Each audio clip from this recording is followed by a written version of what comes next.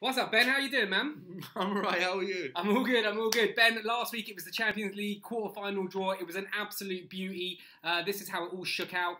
We had Barcelona against AS Roma, Bayern against Sevilla, Juventus Madrid, and Liverpool Man City. How do you think the draw was? I've got to say, first off, I thought it was really rubbish. That's what you're going to ask me. Terrible draw. Wait, it depends who you're looking at. No, because the two English teams are playing each other. I'm obviously looking from an English perspective. Yeah. The two English teams are playing each other. You felt like whoever got Roma and Seville would be laughing. Yeah. So you've got Barcelona and Bayern Munich. So really, the only plum draw was Juventus-Real Madrid, which is a great tie. They're all great ties on their own right. But I think the Roma and Seville angle kind of lessened the draw for me. And also the fact that Liverpool played City. Well, Liverpool playing City is really bad from a Premier League point of view. At the start of the last 16, there were 5 Premier League teams in this competition. By the time we get to the final 4, there'll be just one.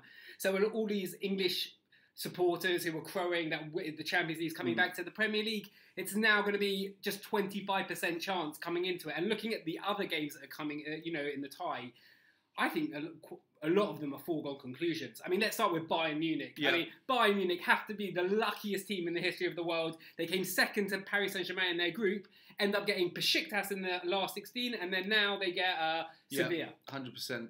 It's almost impossible to see that Bayern Munich not winning. Yeah. They're also on, up until the RB Leipzig game, they're on fantastic form as well. Sure. And Heinkes has turned them around. Yeah, they're killing the league. They're able to rotate in the Bundesliga. Bayern Munich all the way. They're looking great value.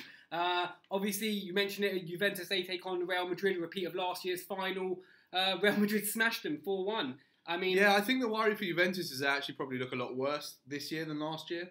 They looked better last year. Obviously, they had Dani Alves. I'm not saying they played badly against Spurs, but they only played, it's been offset now, like maybe only half an hour of the 180 minutes they played well.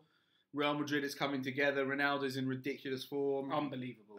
He's also got an amazing record against Juventus as well. Against Buffon, yeah. Yeah, I can't see anything. I've been backing Real Madrid The only thing is it's at Juventus first. Real Madrid have, even when they've won the successive Champions Leagues, have struggled sometimes in away games, in first legs. It may be tight. I agree with you that Juventus it'll be Real Madrid will go through, but I think it'll be tighter than we think. And that's why I think, like I said in the beginning, this will be the most engaging tie. Sure. Because it's featuring 2 Galactico teams, and then I think we will see a close tie. Look, Buffon, Chiellini, they showed against Spurs, they're not going to leave the competition without a big fight.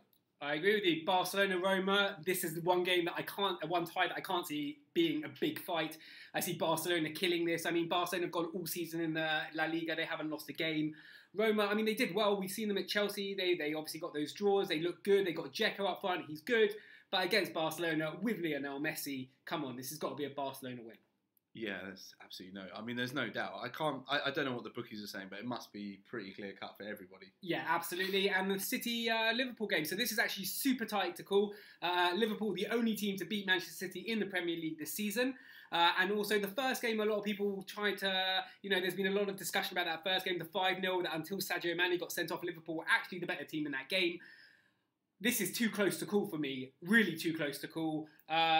So I'm sitting on the fence. I don't know what to do here. Well, the thing is, I think City will come through, partly because we've only got 2 results to talk about. One is the 5-0, the other is the 4-3.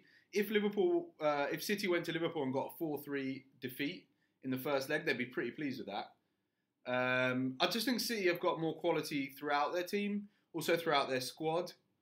I think Guardiola will find a way. Plus, I think when you look at the fixtures that come around it, they're a lot harder, but I think City's need for Premier League points is not as much as Liverpool's. That Liverpool-Everton game in the middle of the tie, sticks out for me as being a very difficult one for Liverpool to negotiate. Right. So I think combining the squad, the games in between, I think City will go through.